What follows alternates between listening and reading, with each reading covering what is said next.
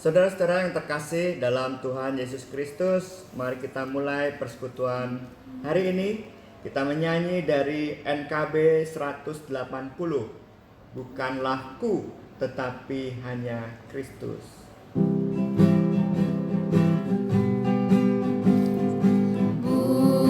Bukanlah ku, tetapi hanya Kristus, layak benar dipuji disembah.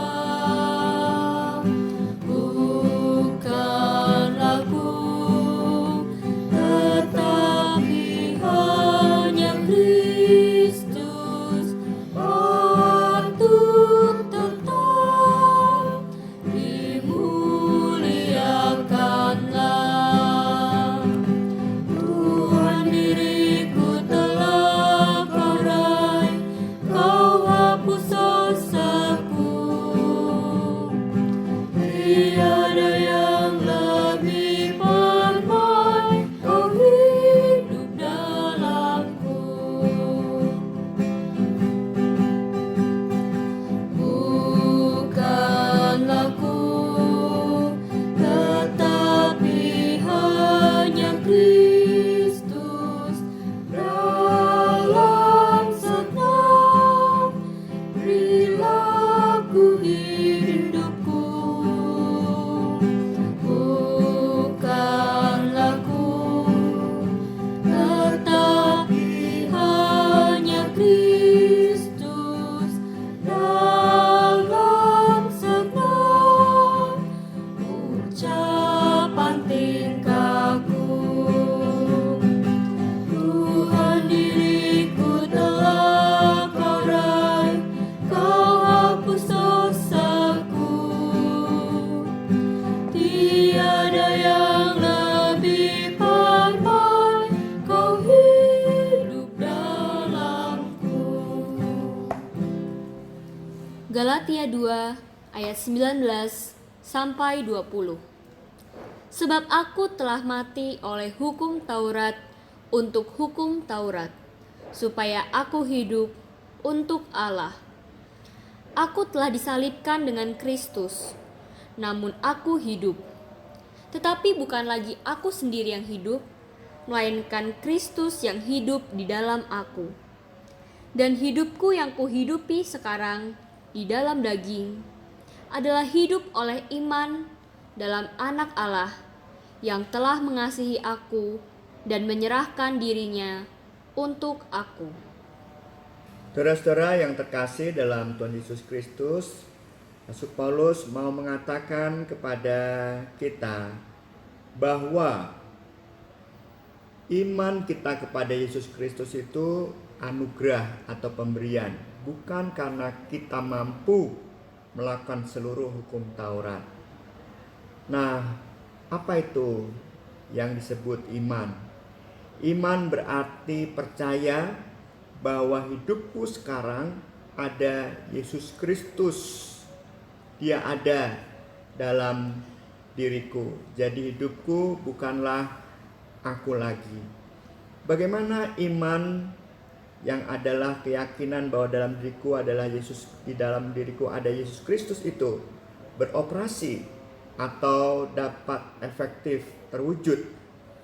Seorang teolog, Stanley Hayworth, berpendapat untuk benar-benar belajar sebuah cerita, kita tidak bisa hanya mendengarkannya saja, kita harus menghidupinya.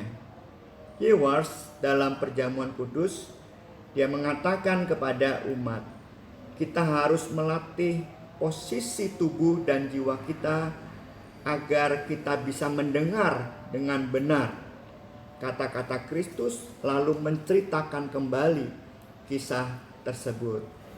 Jadi beriman, Kristus hidup dalam diriku bukan aku lagi tapi Kristus, berarti proses hidup kita harus bisa merasakan Kristus berbicara pada diri kita.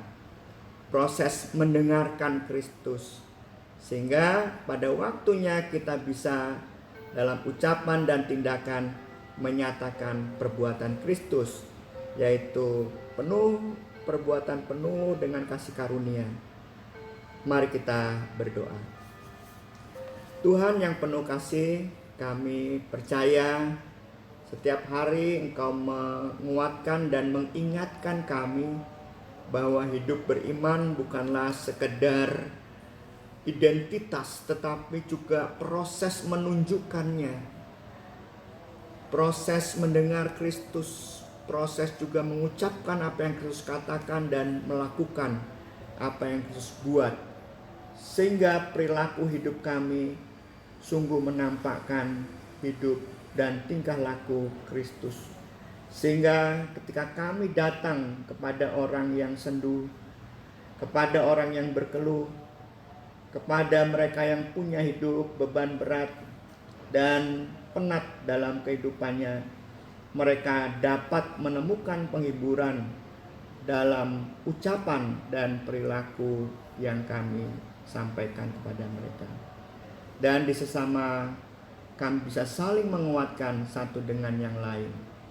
Tuhan, pada hari ini kami khusus berdoa untuk teman-teman kami umat muslim.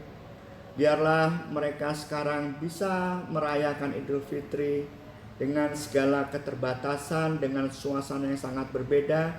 Namun biarlah takbir yang mereka dengar hari ini, biarlah silaturahmi dengan cara mungkin virtual melalui media-media yang dimiliki tidak mengurangi rasa, tidak mengurangi hal-hal yang baik yang selalu diberikan di tengah suasana Idul Fitri ini.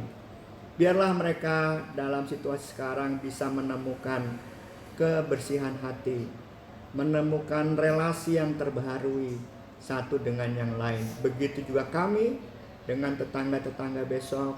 Kalau kami bertemu, kalau kami bisa ber-WA-an, kami bisa memancarkan cinta kasih satu dengan yang lain, merajut kembali kebersamaan kami. Kami serahkan kepada Tuhan doa kami ini untuk saudara-saudara kami yang merayakan Idul Fitri. Kami juga serahkan doa kami untuk mereka yang dalam pergumulan ke dalam tangan Tuhan saja. Dalam Tuhan Yesus Kristus kami berdoa. Amin.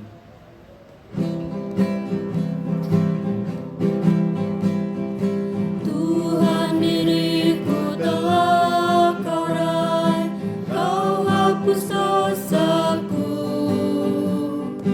Tiada yang lebih permai, Kau hidup dalamku. Tuhan memberkati saudara. Amin.